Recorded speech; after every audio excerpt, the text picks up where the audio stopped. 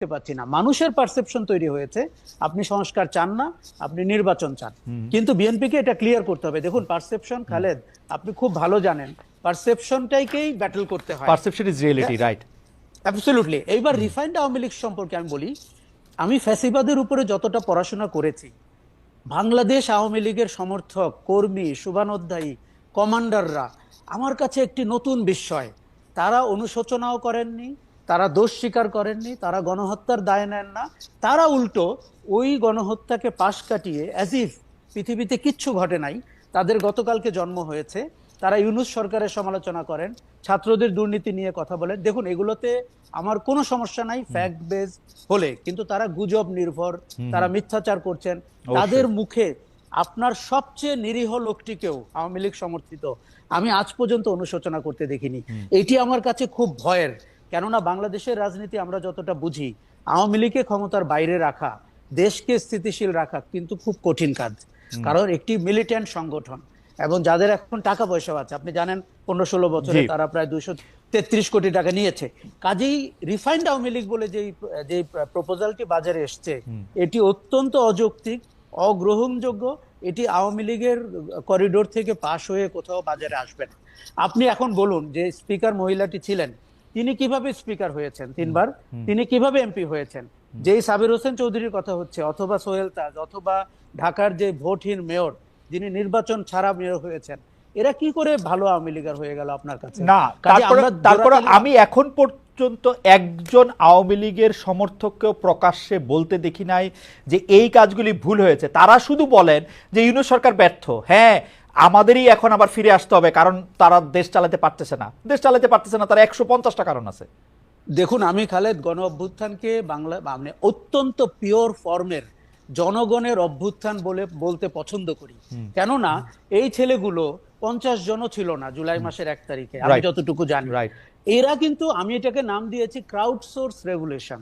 তারা বিভিন্ন জায়গা থেকে হ্যাভারসেক নিয়ে ক্যাম্পাস থেকে এসে হাসিনার বিদায় ঘটিয়ে আবার কেউ কেউ ক্যাম্পাসেই ফেরত গেছে। রাজনৈতিক দলগুলোর কোনো কাঠামোর ভেতরে বাংলাদেশের মানুষ রাস্তায় নামে নাই। পরপর 3টি খারাপ নির্বাচন হওয়ার পরেও, এত মানুষ গুম খুন হওয়ার পরেও, এত অত্যাচার হওয়ার পরেও, তার মানে হচ্ছে জনগণের হাতে শেখ হাসিনার বিদায় হয়েছে, জনগণের হাতে, ছাত্র জনতার হাতে আওয়ামী লীগ শাসনের পতন হয়েছে। এইরকম ন্যাক্কারজনক, এরকম লজ্জার পতন এই আওয়ামী লীগের একটি লোকও এখনো স্বীকার করছে না, গণহত্যার দায় নিচ্ছে না। উল্টো আপনার প্রতিদিন তারা মিথ্যাচার করছে। তারা অভ্যুত্থানের স্বপ্ন দেখে রাতে ঘুমাতে যায়।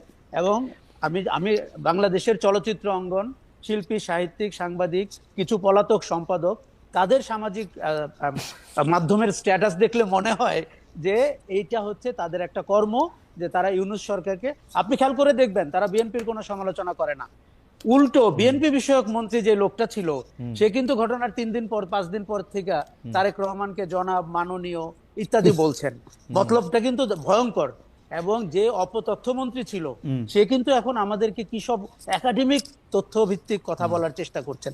এই আওয়ামী লীগকে বিশ্বাস করা কঠিন, এবং এই আওয়ামী লীগকে কোনোভাবে রাজনৈতিক স্পেস, আমার মনে যে আমরা আমরা আমরা আমরা আওয়ামী লীগকে আসলে বেশি স্পেস এমনি দিয়ে ফেলতেছি কিনা এই আলোচনার মধ্যে রাখা। কারণ জনগণের মধ্যে আমি এইটা একদম জনগণের হাতে পতনটারে আমি একদম মনে করি যে সঠিক 3টা শব্দ। কিন্তু আশা ভাই, আপনি 1 মিনিট আর একটু বলবেন কিনা, যেটা জনগণের হাতে পতন আপনি বলতেছেন, এই কথার জন্য আপনি আজকে ট্রল হতে পারেন। কারণ আমরা দেখতে পাইতেছি শেখ হাসিনার পতন ঘটায় 1 2 3 4 5 10 জন, 12 জন, 15 জন ছাত্র, যারা বিসিএস পরীক্ষা দেওয়ার জন্য, ওইখানে কোটা থাকবে কি থাকবে না ওইটা দেওয়ার জন্য যারা আন্দোলন করতে গেছিল, তারপরে তাদের প্রেশার, অন্য অনেক কিছুতে তারা আসলে স্বীকার করে নাই এবং তারা ওইখানে দাঁড়িয়েছিল, প্রাণ দেওয়ার জন্য প্রস্তুত ছিল। সেই 12 জনই আসলে শেখ হাসিনাকে সরাইছে, এবং সেই জন্য তারা 135টা গাড়ি দিয়ে চলবে, সেই জন্য আজকে তারা যাকে ইচ্ছা যা খুশি তাই বলবে। মানে এইটারে আপনি আসলে কি হয় দেখেন, 24 আর 71 মিলায় একটা কাহিনী করবে, যেটা ইচ্ছা সেটা তারা করতে থাকবে। এটা কেমন কথা? দেখুন 71কে আমি দূরে রাখতে চাই, এবং যারা 71কে 24-এর কাছে টেনে আনেন, দেখুন কিছু মিল তো আছে। আমরা মুক্তির কথা বলতে চেয়েছি, ফ্রিডম অফ স্পিচ চেয়েছি, সেগুলো কিন্তু তাত্ত্বিক কথা। কিন্তু ফ্যাক্ট হিসাবে 1971 মুক্তিযুদ্ধ, এগুলোকে যত দূরে রাখা যাবে 24-এর গর্ব তত ইউনিক হবে। দেখুন আমি আপনাকে বলি, আপনার সাথে খালেদ আমি একদম একমত। আওয়ামী লীগকে আমরা আমাদের মাইন্ড স্পেস থেকে বিচার করছি, 24-এর সিগনিফিকেন্স দিয়ে বিচার করছি না। যারা রিফাইন্ড আওয়ামী লীগ ভাবছে তারা সেই 76 বছর বয়সী শেখ মুজিবুর রহমানের আওয়ামী লীগকে বিবেচনা করছে। আমাদের মাথা থেকে আওয়ামী লীগের ভূত তাড়াতে হবে, এবং আমাদের মাথা থেকে এটি যতদিন না সরাবে, খালেদ আপনি জানেন আমরা প্রত্যেকেই কিন্তু ফ্যাসিজমের শিকার। আমাদের প্রত্যেকের চেতনার মধ্যে এক টুকরো হাসিনা ঢুকে গেছে, এক টুকরো আওয়ামী দুঃশাসন ঢুকে গেছে। আমাদের কারো কারো আচরণে, ইভেন 5ই অগস্টের পরে আমি আওয়ামী লীগের আচরণ দেখতে পাই। কেননা তারা আমাদের কোন নতুন জেনারেশন ভাবতে শুরু করেছিল দল তো একটাই, শাসন তো একটাই, এবং বিকল্প নাই, এবং কোনো বিকল্প নাই। দেখুন আপনি জানেন আমি পুনর্বাসন কেন্দ্রের কথা বলেছি। আওয়ামী লীগ সমর্থকদের পুনর্বাসন কেন্দ্রে নিতে হবে এই ফ্যাসিজম থেকে বের করতে হলে। কাজেই আমি মনে করি যে আমাদের সময়ের দিকে তাকিয়ে, ঘটনার দিকে তাকিয়ে আওয়ামী লীগকে দেখতে হবে। এবার বলি, এই যে সরলীকরণ করা, যে 10 জন ছেলে 12 জন ছেলে শেখ হাসিনার পতন ঘটিয়েছে, এটি আওয়ামী লীগের জন্য সবচাইতে বড় প্রায়শ্চিত্ত। কেন? আমি দেখেছি লক্ষ লক্ষ মানুষ, আমি রাস্তায় ছিলাম, লক্ষ লক্ষ মানুষ নেমেছে, তাদের লক্ষ লক্ষ কারণ আছে। কেউ গুম খুনে স্বজন হারিয়েছে, কেউ শেয়ার মার্কেটে টাকা হারিয়েছে, কেউ ভোট দিতে পারেনি, কেউ আওয়ামী দুঃশাসনের শিকার হয়েছে। এবং এগুলোকে যখন আপনি বিবেচনায় না নিবেন, আপনার মাথায় ঢুকে থাকবে এক কোটা। আমি 17ই জুলাই বলেছিলাম এটি চাকরি পাওয়ার আন্দোলন না, এটি মানুষের যে মনের যে ক্ষোভ, যে রাগ, যে অভিমান, যে ঘৃণা, এটি তার আন্দোলন। না, অ্যাবসলিউটলি। কিন্তু ডক্টর ইউনূস ক্লিন্টন ফাউন্ডেশনে গিয়ে আমি জাতিসংঘে বলছিলাম ভুলে, হচ্ছে মাস্টার মাইন্ড, এটা আমরা একটা মেটিকুলাস ডিজাইনের মধ্যে থেকে ওরা পেছন দিকে করছে বলে টেলে। ওরা কিন্তু প্রথমে এরকম ছিল না। এটা ডক্টর ইউনূসের এটা জবাব দিতে হবে যে উনি যে আইসা এদেরকে শত্রু বানায় দিল। আসলেই আমি সেই দিন থেকে ওনার সমালোচনা করেছি, যেই দিন উনি সরলীকরণ করেছেন, এবং উনি কিন্তু এই বাচ্চাদেরকে এই আন্দোলনকারীদের শত্রু বানাইছে, সবার বিএনপি শত্রু বানাইছে, সবার শত্রু বানাইছে। ওয়েস্টার্ন, আপনি আমেরিকাতে থাকেন, পশ্চিমা বিশ্বে কিছু শব্দ ইউজ করা, রকস্টার, মাস্টার মাইন্ড, এখনো পশ্চিমা অডিয়েন্সকে এক শব্দে বলতে আপনি অনেক সময় কার্যকর, কিন্তু এইটার যে রাজনৈতিক এফেক্ট, এইটার যে সামাজিক এফেক্ট, এটা ওনার ভাবা উচিত ছিল। মাস্টার মাইন্ড ওনার বলা উচিত ছিল না। ছাত্ররা তার নিয়োগকর্তা। এখন এটি বলে আপনি জানেন, আমরা যদি ভবিষ্যৎ দ্রষ্টা হই, ভবিষ্যতে যে উনি কত বেকায়দায় পড়তে যাচ্ছেন। এবং আমি মনে করি এই সরলীকরণ আওয়ামী লীগ যেরকম একভাবে করছে, অন্তর্বর্তী সরকার প্রধান এবং তার উপদেষ্টারা আরেকভাবে করছে, এবং এখানে সবাই ঘোলা পানিতে মাছ শিকার করতে চাচ্ছে। দূর থেকে সেই জনগণ তাকিয়ে দেখছে যে ভাই আমার যে ছেলে মারা গেল, আমার যে 30,000 আহত হলো, কেউ পা হারালো, কেউ চোখ হারালো, আমরা এই নাটক দেখার জন্য, সার্কাস দেখার জন্য। অনেক ধন্যবাদ আশরাফ ভাই। আমরা একটু রিপন ভাইয়ের কাছে যাই। রিপন ভাই, অনেকগুলি প্রশ্ন জমা হয়েছে। একটা প্রশ্ন হচ্ছে যে আওয়ামী লীগের কায়দায় বা আওয়ামী লীগের গড়ে তোলা এই 16-17 বছরের ছাঁচেই বিএনপি নিজেকে দেখতে চায় কিনা, বিএনপি নিজেকে দেখতে চায় কিনা, এরকম একটা অবস্থায়। বিশেষ করে আজকের একটি ঘটনা আপনাকে আমি স্মরণ করিয়ে দিতে চাই, সেটা হচ্ছে যে আমাদের সবার প্রিয় ইশরাক হোসেনকে মেয়র পদে নির্বাচিত করা হয়েছে, বা আদালত বলেছেন যে উনি মেয়র হতে পারেন, এবং তিনি হয়তো মেয়র হয়েও যাবেন, হয়ে গেছেন হয়তক্ষণে। মানে সেই ব্যাপারটা কি আসলে আপনারা খুব ভালো একটা নজির স্থাপন করলেন? সেই হিসাবে আগামীকাল যদি আমরা দেখি যে 2018 সালে বিএনপি 300 জন নির্বাচন অংশগ্রহণ করেছিল, সেটি একটি রাতের ভোটে নির্বাচন হয়েছিল। যারা যারা এখানে সেকেন্ড হয়েছে, থার্ড হয়েছে, তারাই আসলে এমপি হবে।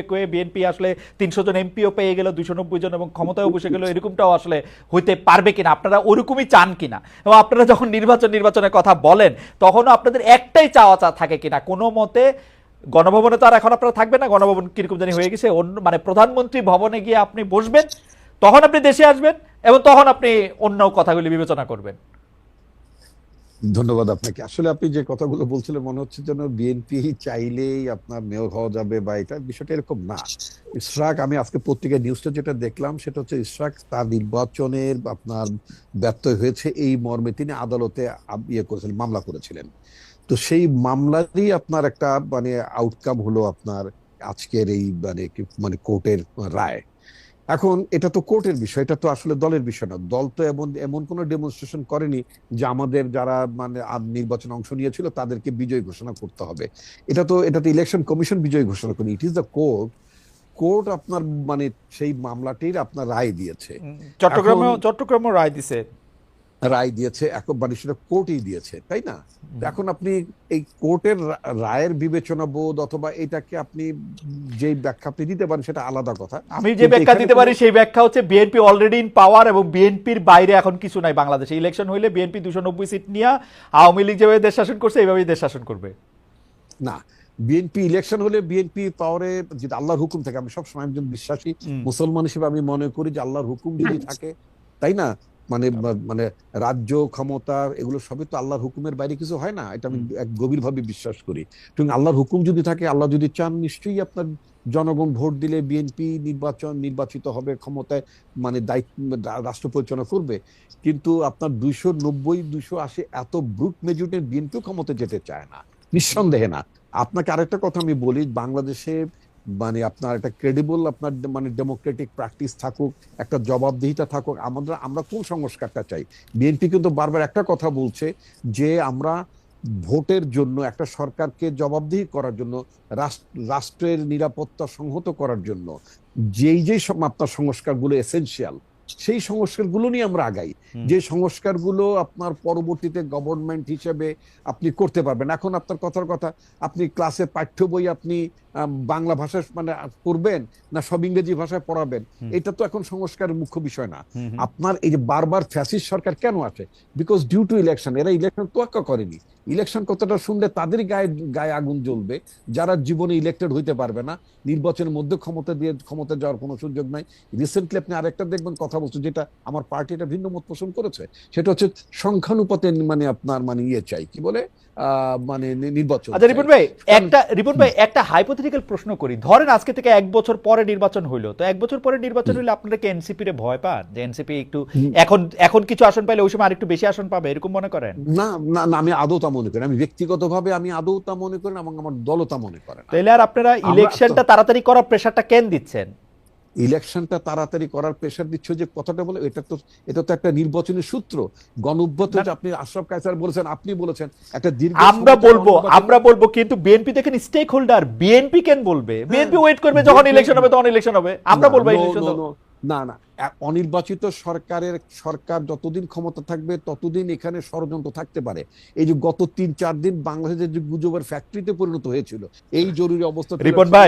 রিপন ভাই আপনি আমার থেকে অনেক ভালো জানেন, আপনি গুজবের ফ্যাক্টরির কথা বলতেছেন। আমরা কি দেখতেছি? আমরা দেখতেছি শাহাদাত সাহেব চট্টগ্রামে মেয়র হয়েছে, ইশাক সাহেব ঢাকায় মেয়র হয়েছে, অ্যাটর্নি জেনারেল আপনাদের লোক, আইন আদালতে গিয়ে তারেক সাহেবের সব মামলা তুলে নেওয়া হয়েছে বা খালাস হয়ে গেছে, বেগম জিয়ার মামলা পরের দিন খালাস হয়ে গেছে। সেক্রেটারি যারাই প্রশ্ন করি, আমি তো কিছুদিন সরকারি চাকরি করছি জানি, যারাই প্রশ্ন করি সে নিজের প্রথমে বলে না যে ভাই তোমার সাথে বিএনপির কোন লিডারের কথা হলে তুমি কিন্তু বইলো আমি কিন্তু বিএনপির লোক। এই সিস্টেমটা তো ভাঙতে হবে। কেন তাকে বলতো সে বিএনপির লোক? আমি তো বারবার আমি তো রাজনীতি করি, আমি যখন আমার এলাকায় যাই, I met my SP DC আপনার ইউনো, তাদেরকে মিট করছি। আমি একটা কথা বলতাম যে প্রজাতন্ত্রের কর্মকর্তা হিসেবে আপনি কখনই বিএনপির লোক আপনার পরিচয় দেওয়ার দরকার নেই। যেমন আপনি আওয়ামী লীগের লোক পরিচয় যদি দিয়ে থাকেন, সেটাকে যেমন আমরা মানে অন্যায্য মনে করছি, সমালোচনা করছি, একইভাবে আপনি কখনো বিএনপির লোক হিসেবে পরিচয় দেবেন, সেটাকেও কিন্তু আমরা সমালোচনা করব, নিন্দা করব এবং আমরা এটাকে মোটেই প্রশ্রয় দেব না। আপনার প্রজাতন্ত্রের মানে কর্মকর্তা থাকুন, তাতে বরং আপনি রেসপেক্ট পাবেন। আপনার পোশাকের মর্যাদা, আমি পুলিশ অফিসারকে বলেছি, আপনার পোশাকটাকে তো আমরা শ্রদ্ধা করতে চাই, আপনাকে কোনো বিশেষ অনুগত। রিপন ভাই আপনারা যখন এখন আপনাদের মানে ঢাকার বাইরে যান, তখন পুলিশের কর্তার বা প্রশাসনিক কর্তার ব্যবহার আপনাদের প্রতি অনেক পাল্টাইছে না? আমার যেহেতু আগে প্রশাসনের কর্মকর্তাদের সাথে আমার মিট করার কোনো সুযোগ ছিল না, কারণ তারা আপনাকে খুঁজতো রাষ্ট্রীয় অতিথিশালায় নেওয়ার জন্য। রাষ্ট্রীয় টিচার। তবে বর্তমানে আমি আমার নিজ জেলার কথা বলতে পারি। নিজ জেলা স্বাভাবিক আমার এলাকার আইন শৃঙ্খলা পরিস্থিতির কথা বলেন, হ্যাঁ, আমি নানা কারণে যখন আমি বলি তাদেরকে স্ট্রেট কাট বলি যে আমাদের দলের তরফ থেকে, এবং এটাও বলেছি যে আমার দলের কোনো কর্মী যদি দলের পরিচয় দিয়ে কোনো লোক যদি আমার দলের পরিচয় দিয়ে যদি কোনো অন্যায়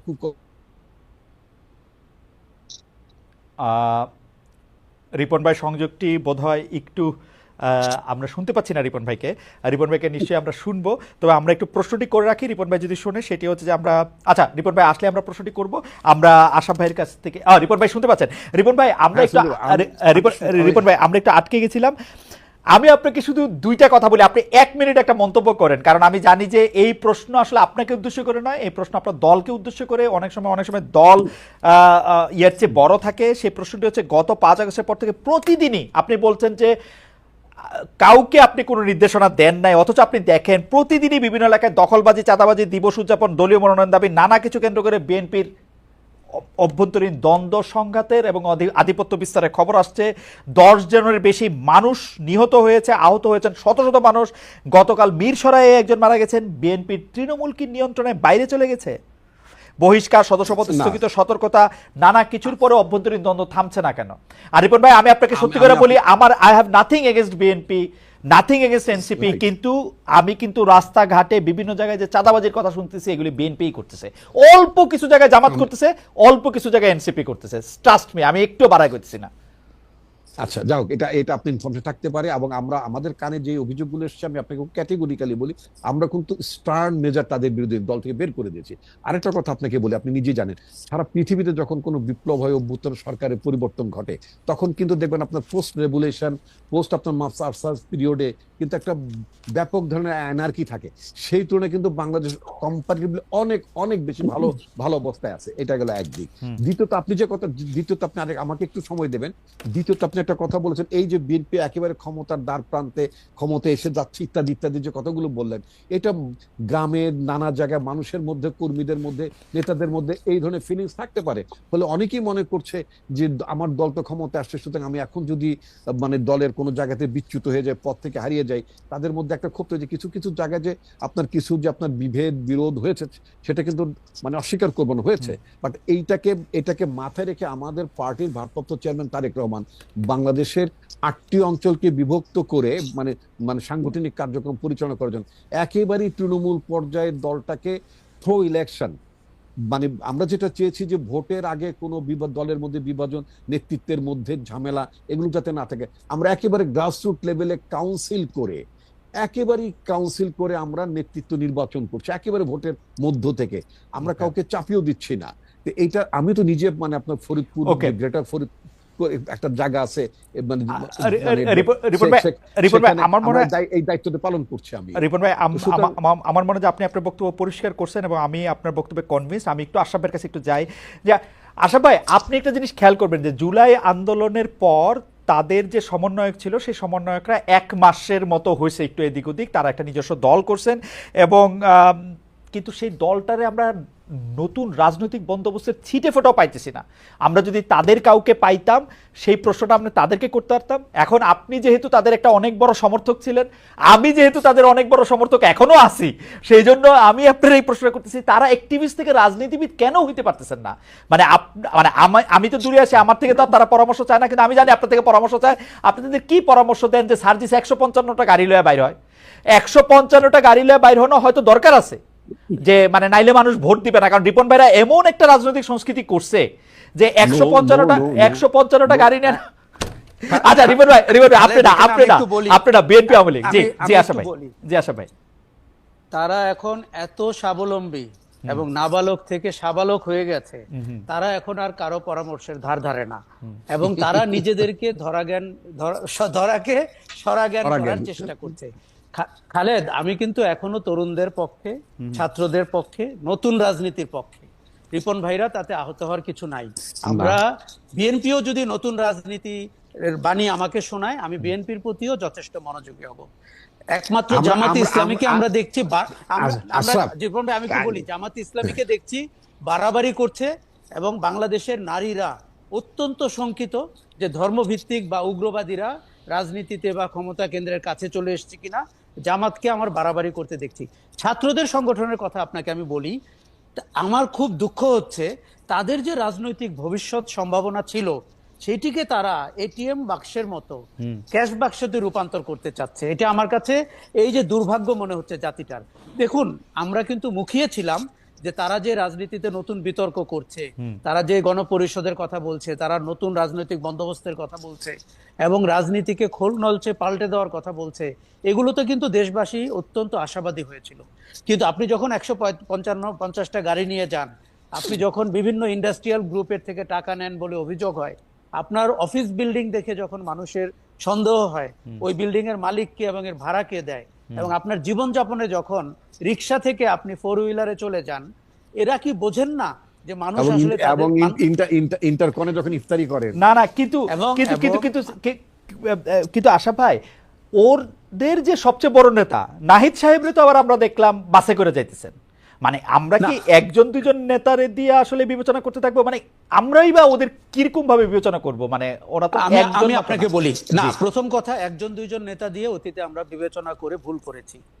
দেখুন, আমাদেরকে সংগঠনকে দেখতে হবে, সংগঠনের রাজনীতিটা কি দেখতে হবে, এবং সেই রাজনীতিটা জনগণের কাছে কিভাবে ডেলিভার্ড হয় সেটা দেখতে হবে। এখন নাহিদ একটা সিম্পল লুকিং শার্ট পরে রিক্সায় করে, ভ্যান গাড়িতে করে বাসায় গেল, এটা কিন্তু একটা স্ট্যান্ডবাজির মতো তখন মনে হবে। যদি পুরো সংগঠনটাকে আপনি দেখেন, দেখুন বিএনপি, জামাত এবং জাতীয় নাগরিক পার্টি সবাই কনভেনশনাল রাজনীতি করে ভোট করে পাওয়ারে যেতে চাচ্ছে। এইটাই হচ্ছে দুর্ভাগ্যটা। আপনার তো নতুন রাজনৈতিক বন্দোবস্ত হওয়ার কথা। দেখুন, এই জাতীয় নাগরিক পার্টির অন্তত 10টি সমালোচনা আমি করতে পারবো। এই কাজগুলো তাদের করা ঠিক হয় নাই। তারা মানুষ থেকে দূরে সরে যাচ্ছে। তারা কিন্তু রাজনীতিতে ভালো করুক, এটা আমি এখনো চাই। এবং আপনি খালেদ খেয়াল করেন, 54 বছরে আমরা যে বিতর্ক হতে দেখি নাই, যে কথাগুলো আলোচনা হতে দেখি নাই, এমনকি শেখ মুজিবুর রহমানের আমল থেকে শুরু করে, এগুলো কিন্তু তারা তুলেছিল। তারা রাজনীতিতে বিতর্ক হবে, আনপ্লেজেন্ট বিতর্কও হবে। বিএনপির জন্ম কোথায় হয়েছে, তারা স্বাধীনতা বিরোধীদেরকে ক্ষমতা কাছাকাছি এনেছিল, আপনার অত্যন্ত আনকমফোর্টেবল অনেক কথা তারা বলতেই পারবে। কিন্তু এই আলোচনা আমরা চেয়েছিলাম যে তারা যেন সততার সাথে করে, তারা যেন নতুন রাজনৈতিক বন্দোবস্তের দিকে যায়। সেই জায়গাটিতে জাতীয় নাগরিক পার্টি অনেক পিছিয়ে যাচ্ছে। প্রতিদিন তারা আমার কাছ থেকে সমর্থন হারাচ্ছে। আমি নিশ্চিত জানি বাংলাদেশের লাখো লাখো মানুষের কাছ থেকেও তারা সমর্থন হারাচ্ছে। ফলে ভোটের দিকে তারা যাচ্ছে কনভেনশনাল ওয়েতে। ওই যে হোন্ডা, গুন্ডা, মোটর গাড়ি, টাকা পয়সা, আপনার মিথ্যাচার করতে গিয়ে দাদাকে জমিদার বলতে হয় 2025 সালে, আপনি বুঝতে পারছেন না? এটি আমাদের সমাজে যে সবচেয়ে হাস্যকর। আমাদের সমাজে তো কেউ প্রজা ছিল না, আমাদের সমাজে তো সবাই রাজা ছিল। আপনি নিশ্চিত আপনার ক্লাসরুমে দেখেছেন, আমি দেখেছি। না, আমি দেখছি। এই দারিদ্র থেকে তো, আমাদের মানসিক দারিদ্র থেকে তো আমাদের বেরোতে হবে। আচ্ছা, আরেকটা কথা বলি, আমি চাই সবগুলো রাজনৈতিক দলের আয় কোত্থেকে হচ্ছে এবং ব্যয় কোথায় হচ্ছে সেটি আন্তর্জাতিক এই প্রশ্নটি উঠলেই আশাফ ভাই, আমি যখন এই কথা বলি তখন ওরা এই হিরো আলম থেকে শুরু করে এনসিপি সবাই এই কথা বলে যে আপনারা কি বিএনপি আওয়ামী লীগকে কখনো এই প্রশ্ন করেছেন? এটার কি উত্তর দিবেন? আসলে বিএনপি আওয়ামী লীগকে তো এই বাধ্যতা আমরা করতে পারি নাই। বিএনপি 5,000 কোটি টাকা খরচ করে ইলেকশন করছে 2001 সালে। আমাদেরকে কি বলছে কোথায় টাকা পাইছে? এটি আমরা বলেছি, মিনমিন করে বলেছি। বিএনপি আওয়ামী লীগ কোনোদিন আমাদের কথা শুনে নাই, করতে জানে। তার পরিণতি কিন্তু তারা বরণ করেছে। আপনি আওয়ামী লীগের মতো দলকে পালিয়ে যেতে দেখলেন, আপনি আর আমার জীবদ্দশায় আমরা কখনো ভাবতে পেরেছি খালেদ? আপনি বিএনপি কে 16 বছর যেই অত্যাচারের ভেতরে দেখেছেন 1/11 এর পরে, আমি তো বলবো এই বিএনপি কে তো আমরা কখনো, বিএনপি একটা পরীক্ষিত রাজনৈতিক দল হতে পারতো, এখন কিন্তু আমি সেটি দেখছি না। কেন বলি? রিপন ভাই বারবার সংস্কারের কথা বলেন, সাংগঠনিক সংস্কার, 8টি বিভাগ, জেলা পর্যায়ে। রিপন ভাই নিজেও একটি বিভাগের দায়িত্বে আছেন। ভাই, আপনার সাংগঠনিক সংস্কার নিয়ে আমরা আগ্রহী না। আপনার রাজনৈতিক সংস্কারটি কোথায়? আপনার রাজনৈতিক আচরণ, আপনার না রিপন ভাই, আমি জানি আপনার সাথে আমার দুদিন আগে দেখুন, আপনার দলের ভারপ্রাপ্ত চেয়ারম্যান যদি এইভাবে বলে থাকেন, ওই দলের তৃণমূল পর্যন্ত কেন আপনি যাচ্ছেন না? আমি আজকে রিপন ভাইকে বলে রাখি, শোনেন, 4 বছর মেয়াদী সংসদ অথবা প্রধানমন্ত্রী 2 বার, এগুলো আপনি যখনই মেনে নেবেন, পারসেপশন হবে যে বিএনপি সংস্কারের পক্ষে। আপনার বিভাগের সংস্কার নিয়ে কথা বলতে হবে না। আপনি এমনও হতে পারে, আপনারা যতদিন ক্ষমতায় থাকার কথা ভাবছেন, আপনি তার 2 গুণ 3 গুণ সময় ক্ষমতায় থাকতে পারবেন ভালো রাজনীতি করে। কিন্তু আমাদের দুর্ভাগ্য হচ্ছে খালেদ, আমরা শিওর হতে চাই যে আমরা নিশ্চিতভাবেই ক্ষমতায় থাকতে পারবো কিনা। এই গ্যারান্টি নিলে গণতান্ত্রিক শাসন হবে না। এই গ্যারান্টি দিয়ে আমার মনে হয় যে we would like to extend it তামিদ for 10 minutes, 10 more minutes, because we have please.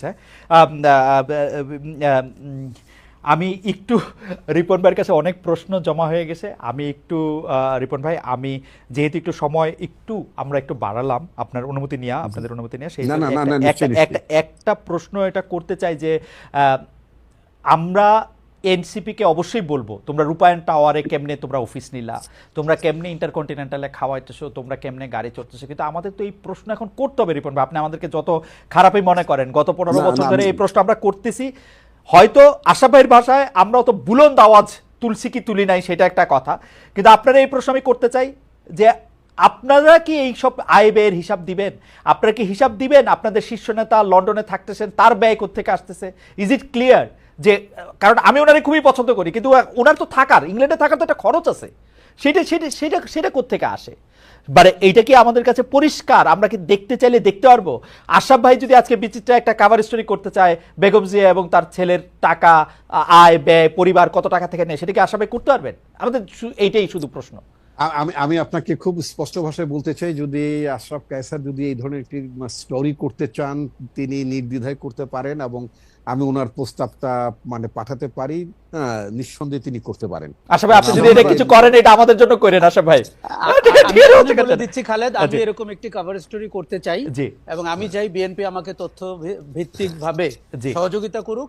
এটিতে বিএনপির রাজনীতির যে মানে ট্রান্সপারেন্সি, হলমার্ক অফ ট্রান্সপারেন্সি হয়ে যাবে। আমি আমি আমি আপনাকে মানে আশরাফ কায়সার প্রসঙ্গক্রমে আমি যদি বলি, আমাদের নেতা তারেক রহমান সেখানে থাকেন, তার স্ত্রী একজন গাইনোকোলজিস্ট, তিনি ওখানে বিলেতে কাজ করছেন, তার মেয়ে বিলেতে কাজ করছেন, তাই না?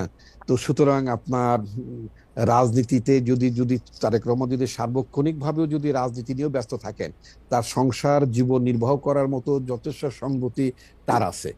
আমি ঘটনাক্রমেই বলি, প্রসঙ্গক্রমেই বলি যে আমার স্ত্রী একজন চিকিৎসক, তিনিও ঢাকা মেডিকেলের ছাত্রী, তিনি তিনি অ্যাজ ওয়েল এস তিনি ব্রিটিশ সিটিজেনও, তার বিদেশে কিছু মানে তার আয় রোজগার ছিল, তিনি সেখানে কাজও করেছেন অ্যাজ এ ডক্টর। তো সুতরাং ট্রান্সপারেন্সি থাকবে না, কারণ জানতে চাইলেই তো আমরা বলতে পারবো, আমরা এগুলো তো লিখিও, আমরা প্রকাশও করি, অসুবিধা তো নাই। ওকে, তার মানে এটি প্রকাশ্য খবর যে আসলে আমরা বিএনপির আয় ব্যয়ের হিসাবটা, বিএনপি নেতা নেত্রীরা এখান থেকে কমিউনিস্ট পার্টির হোল টাইমারদের মতো টাকা নেন কিনা সেটাও আমরা একটু জানতে পারবো। আচ্ছা খালেদ, আমি আপনাকে আপনার অনুষ্ঠানের মাধ্যমে বলতে চাই, গত 2 বছর তো আমার স্ত্রী আমার মানে সংসার টেনেছেন, আমরা ভাবি সম্পর্কে একটু জানি, সুতরাং সেটা মানে উনার হয়তো মানে আপনাকে টানা শুধু না, মানে আমাদেরকে আপ্যায়ন করে খাওয়ানো মানে মানে সেটা আছে, কিন্তু সেটা বিএনপির ক্ষেত্রে আমরা এটা একটু পরিষ্কার জানতে চাই। আরেকটা কথা হচ্ছে যে এইটা যেহেতু একটা শেষ পর্যায়ে, আপনার কথা শুনে আমরা একটু আশরাফ ভাইকে শুনে আমরা আজকের অনুষ্ঠান এখানে শেষ করতে চাই, যে আমরা যতটা ট্রান্সপারেন্সি এনসিপির কাছ থেকে আশা করি, সেই প্রত্যেকটা বিষয়ে যে রাজনৈতিক সংস্কারের কথা আশরাফ ভাই প্রশ্নটা তুলেছিলেন, যে আপনাদের রাজনৈতিক অবস্থান, আদর্শগত অবস্থান, পার্টির ভিতরে গণতান্ত্রিক অবস্থান, পার্টির আয় ব্যয়, যেগুলি আমরা এনসিপির কাছ থেকে জানতে চাচ্ছি, সেগুলি আপনারা আমাদেরকে দিবেন কিনা, ওই স্বচ্ছতা, ওই জবাবদিহি আমরা পাবো কিনা? নিঃসন্দেহে বিএনপি প্রস্তুত, বিএনপি এই ট্রান্সপারেন্সি বিশ্বাস করে। আরেকটা কথা আপনার মাধ্যমে বলতে চাই, যে নতুন রাজনৈতিক বন্দোবস্তের কথা ছেলেরা যে 24 সালের অগাস্টের পর থেকে বলা শুরু করলেন, এই নতুন রাজনৈতিক বন্দোবস্ত কিন্তু বিএনপি একটা পুরনো পার্টি হিসেবে বিএনপি কিন্তু নতুন রাজনৈতিক বন্দোবস্তের দিকে এগুচ্ছে। আমাদের নেতা তারেক, যেটা আপনি বলেছেন, আশরাফ কায়সারও বলেছেন যে আমাদের ভারপ্রাপ্ত চেয়ারম্যানের বক্তব্যে আপনার ইমপ্রেসড, ওনার যদি বক্তব্যগুলো যদি আপনি দেখেন, সেখানে কিন্তু প্রচুর নতুন রাজনৈতিক বন্দোবস্তের কথাই তিনি বলেন, নিউ এনগেজমেন্টের কথা তিনি বলেন, কিন্তু সেই সব কথার সাথে তো বাস্তবতার মিল নাই। আমাদের পুরান মানে আমি যে জায়গায় বড় হয়েছি সেই জায়গায় একটা কথা ছিল, ছবির লগে ফটোর মিল নাই ভাই।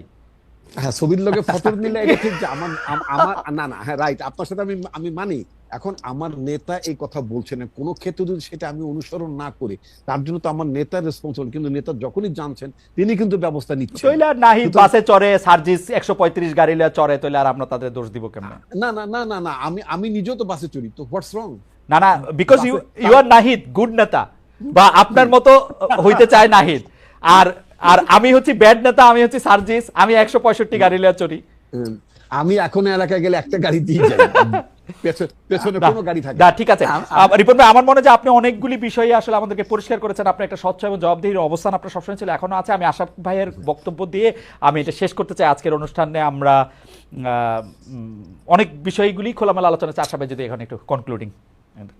ইতিহাস আমাদেরকে একটা বড় সুযোগ দিয়েছে আমাদের পুরো রাজনীতিকে রিব্র্যান্ডিং করার। হাসিনা পালিয়ে গেছে, এটা অতীত। আওয়ামী লীগকে মাইন্ডসেট থেকে না দেখে বাস্তবতায় দেখলাম, সেটি আমাদের জীবন থেকে বেরিয়ে গেছে। দেখুন, বিএনপি মতো দল বা জাতীয় নাগরিক পার্টি রিব্র্যান্ডিং বলতে আমি কিন্তু পলিটিক্স ইটসেলফকে রিব্র্যান্ডিং করার কথা বলছি। শোনেন, এখন রাজনীতি বলে বাজারে আমরা যেটি দেখি সেটি অপরাজনীতি। এটি দলগুলোকে মেনে নিতে হবে। এটি হচ্ছে চর দখলের রাজনীতি, মাস্তানির রাজনীতি, টাকা খাওয়ার রাজনীতি। এখন মানুষ এই রাজনীতিকে বিদায় দিয়েছে, নো বলেছে। আপনি সেই রাজনীতি নিয়ে এখনো 7 মাস ধরে বসে আছেন এবং এবং আশা ভাই আমি মাঝখানে শুধু একটা কথা বলি। আপনি দেখেন মোহাম্মদ আসুজ্জামান উনি বলছেন আওয়ামী লীগের আয় ব্যয়ের হিসাব নিয়মিতভাবে থার্ড পার্টি অডিট হয়ে থাকে এবং নির্বাচন কমিশনে জমা দেওয়া হয়। খালেদ মহিউদ্দিন মিথ্যা বলছেন কেন? আমি সাংবাদিক হিসেবে দেখছি বাংলাদেশ আওয়ামী লীগের প্রত্যেকটা সংসদ সদস্য, প্রত্যেকটা আমি বাড়ায় কইলাম, ধরেন 99.99% সংসদ সদস্য 1 কোটি টাকা থেকে তাদের 100 কোটি টাকা হয়েছে। তাদের কেউ মাছের ব্যবসা করছেন, কেউ ফুলকপি লাগাইছেন, কেউ বাঁশ কিনছেন, কেউ জানি কি কি করছেন, সেগুলির ব্যাখ্যা আছে। 1 কোটি থেকে 100 কোটি টাকা এগুলি নাকি নিয়মিত হিসাব করা হয় এবং এটা বলা হয়। আপনি বলতেছিলেন যে রাজনীতিগুলিকে প্রত্যাখ্যান করা হয়েছে। আমার কাছে তো মনে হয় বিএনপি এটা তো ওয়েট করতেছে এটার জন্য। আমাদের এইসব লোকগুলো মূলত দলদাস অথবা দলান্ধ, এবং তারা কিন্তু মুক্ত মনে, খোলা চোখে, খালি চোখে পৃথিবীকে দেখে অভ্যস্ত না। কাজেই বিএনপির জন্য দেখুন, বারবার কেন বিএনপির নাম বলছি, কেন এই যে ইতিহাসে সুযোগ পেয়েছে দলটি তার ক্লিনজিং করার, তার দূষিত রক্ত বের করে দিয়ে তার সঞ্চালনে নতুন রক্ত ঢোকানোর, এটি যদি সে 7 মাসে না নিয়ে থাকে, আগামী 10 মাসে না নিয়ে থাকে, এর জন্য যে প্রায়শ্চিত্ত বিএনপি করবে সেটির আপনি আর আমি যদি বেঁচে থাকি আমরা দেখব। জাতীয় নাগরিক পার্টি, আপনি বাংলাদেশের ইতিহাসে মানে জাসদের জন্মের পরে এই প্রথম কোন দল মাঠ থেকে উঠে এসছে। আমি সেই দিন মানিক মিয়া এভিনিউতে তাদের অনুষ্ঠানে গিয়েছিলাম, আত্মপ্রকাশ অনুষ্ঠানে। একটা জিনিস আমার কিন্তু মনে হয়েছে যে এই যে 1500 মানুষ মারা গেছে, 30,000 মানুষ আহত হয়েছে, এদের দায় কিন্তু নাহিদের ঘাড়ে।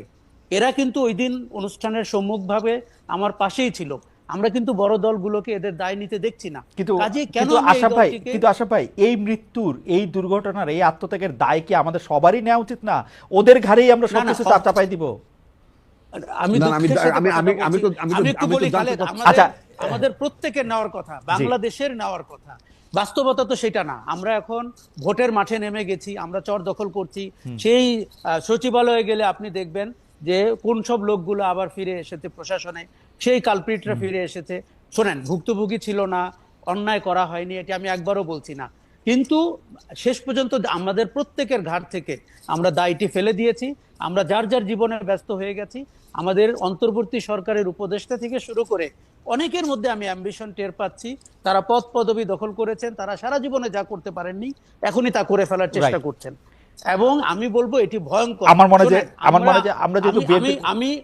আমি শুধু বলি আমাদের প্রত্যেকের এই কারণেই কিন্তু অপশাসন আবার ফিরে আসতে পারে, এবং অথবা নতুন যারা শাসক হবেন তারা ওই অপশাসনের প্রতিচ্ছবি হবেন বলে মানুষ ভয় পাচ্ছে।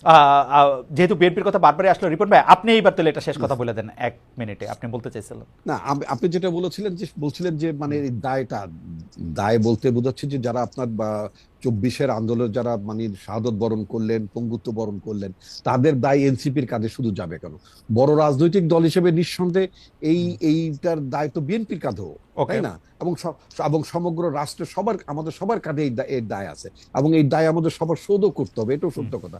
আমরা যদি সেটা করতে না পারি, তাহলে এই বিপ্লব, এই অভ্যুত্থানের চেতনা যদি মার খায়, তাহলে বাংলাদেশ ভীষণভাবে হোঁচট খাবে। তো আমি বিশ্বাস করি যে বাংলাদেশ নিঃসন্দেহে পিছিয়ে যাবে না, বাংলাদেশ এগিয়ে যাবে। এবং আমাদের নেতা তারেক রহমানের নেতৃত্বে আমরা যে একটা নতুন যে রাজনৈতিক বন্দোবস্তের কথা বিভিন্ন ভাবে আমরা বলছি, এবং আমরা নিঃসন্দেহে যদি দেশ পরিচালনার দায়িত্ব পাই, আমাদের সম্পর্কে যত নেতিবাচক মানে প্রচারণা হোক না কেন, আর মিডিয়া ট্রায়ালের সম্মুখীন হই না কেন, আমরা নিঃসন্দেহে আমরা অবশ্যই প্রচারণা এবং মিডিয়া ট্রায়াল চলতে থাকবে। রিপন ভাই, আমরা আপনাদেরকে দেখতে থাকবো, আমরা বিবেচনা করতে থাকবো। আশরাফ ভাই আপনাকে অনেক ধন্যবাদ, রিপন ভাই আপনাকে অনেক ধন্যবাদ। দর্শক